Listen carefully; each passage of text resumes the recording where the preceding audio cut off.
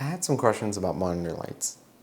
All the desk setups I've seen so far always had like some sort of monitor light lamp right at the top. And I'm always wondering, is it just aesthetic? Do they serve a purpose? What's the point? And of course, is it worth it? As someone that sits at my desk for a majority of the day, working or even relaxing, I've been looking into some light bars to test out. And today we got 3. Now before we get into the light bars and is the BenQ light bar actually worth it? Let's start with the first question, why do we need a light bar? The biggest reason for me is eye strain.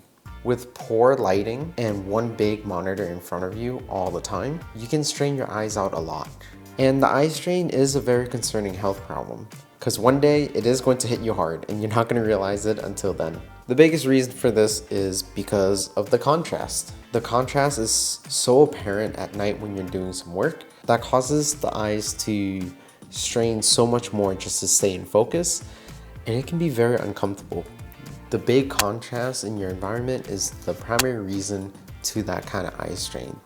Like how behind the monitor, it's super dark while the bright screen just sits there burning your retinas. It ends up making your eyes harder to stay in focus and leaving everything feeling very uncomfortable. It also means that we would really want a more balanced lighting setup, especially when it comes to working at night. So this brings us to light bars. A good light bar would light up your front area and make sure everything is well balanced of what's in front of you. That way the monitor doesn't strain your eyes so much and it helps your eyes relax a little bit. If the light bar doesn't have backlights, I would suggest keeping something there to light up that area. Again, you really don't want such a heavy contrast with the lighting, and you always want to make sure that everything is balanced.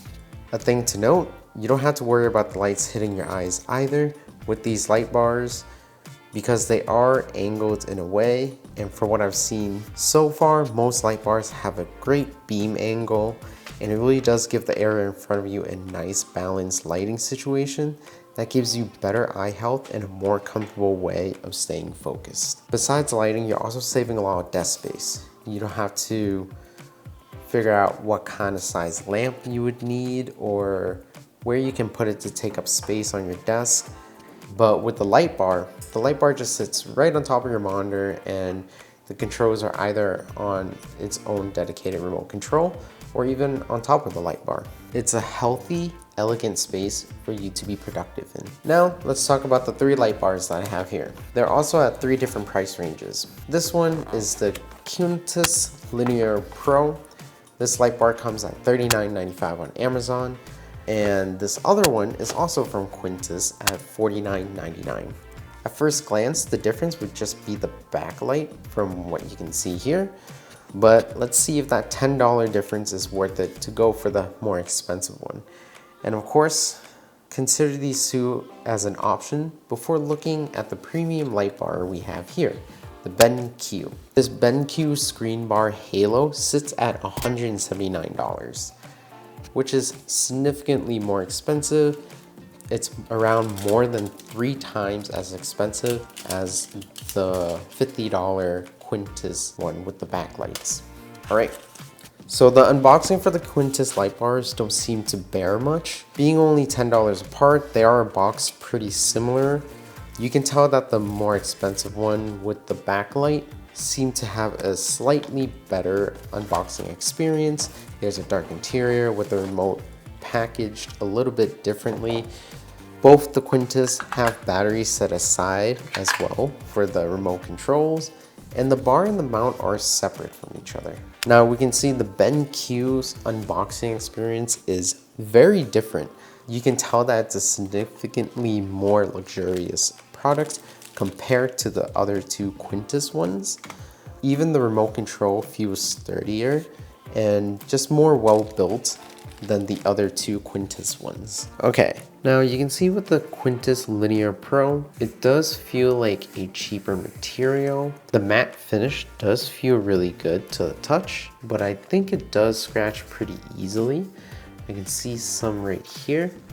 It does use a USB-C port as well, and that's this light bar. It does not feel as long as the other ones. For example, the other Quntis is a little bit longer, and then compared to the BenQ is significantly longer than the other ones. This $40 monitor light would be the shortest. Now, the puck for this, it's very light. Doesn't feel as hefty. It has a magnetic cover at the bottom. That's where the batteries go. The power button for it is here.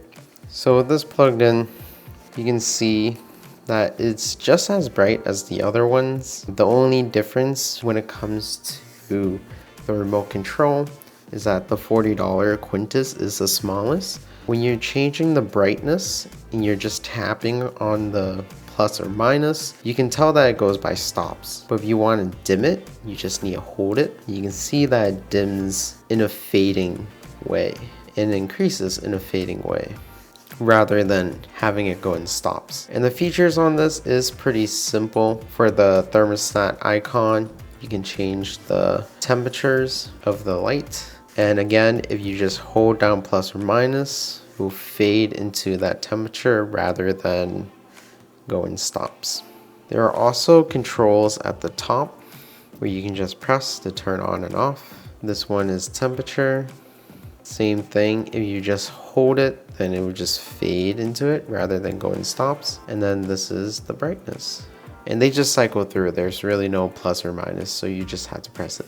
So with the control for $40, this is not a bad monitor light. The Screen Linear Pro. This Quntis one is $50 on Amazon. There is a weight on it, so it's a little bit heavier. Not only that, but there's also a retractable part at the top. That way you can extend it further away from your monitor. Even at this distance, the beam angle is still good enough where it doesn't reflect off your monitor. There's no glare on the monitor as well. The same thing with this one. The bar and the mount is separate, so you do have to clip it on together. This one is a lot easier to clip on than the first one. And to see the size difference, you can see that the Screen Linear Pro, the $50 one with the backlights to it, is longer. And since I do run a ultra wide monitor, the longer the bar, I feel like it'll fit better that way. Now the control for this feels a little bit heavier. The back is twist to unlock and to lock. And then when it comes out, you can see 3 batteries there. The backlight is turned on. Not only is this retractable, but also I just found out the weight is retractable as well. Here we have the controller. This one doesn't spin, just like this one. When you turn it on, you can just press the power button. This Quntis $50 option, the remote control works a little bit better than the other one. This one, regardless if you're pressing it plus or minus, it still fades into those levels. This one does have an added feature for the backlight, so there's that extra button for the backlight to turn on and off. Whatever you put for the main front light, the backlight changes accordingly to that. So that's really cool. And yeah, not much different. Only difference is the backlight, weight, and one extra feature for the back. Now you can see, comparing the lighting situation I have right now, this one is with the Quntis. It's still a lot smaller than the BenQ, so the light isn't as bright, and also at maximum setting as well. You can see that this is just as bright as it can go. The BenQ, the most premium one, you can tell that it is premium for a reason. Sitting at more than triple the price of the regular Quntis one that is being used right now with the backlights. Let's start off with the controls. You can see with the control compared to the Quntis one that's being used right now, the BenQ one is a lot heavier. It also feels like it's more premium compared to this one. The back is a little bit hard to kind of get to because it is a magnetic bottom, but just like the Quntis monitor lights, the BenQ also gives you batteries inside the packaging. There are more features with the screen bar halo from BenQ compared to the Quntis's. Both the Quntis only offers brightness, temperature, and power on and off. That's essentially all it does. For the BenQ, you have power and significantly brighter compared to the other ones.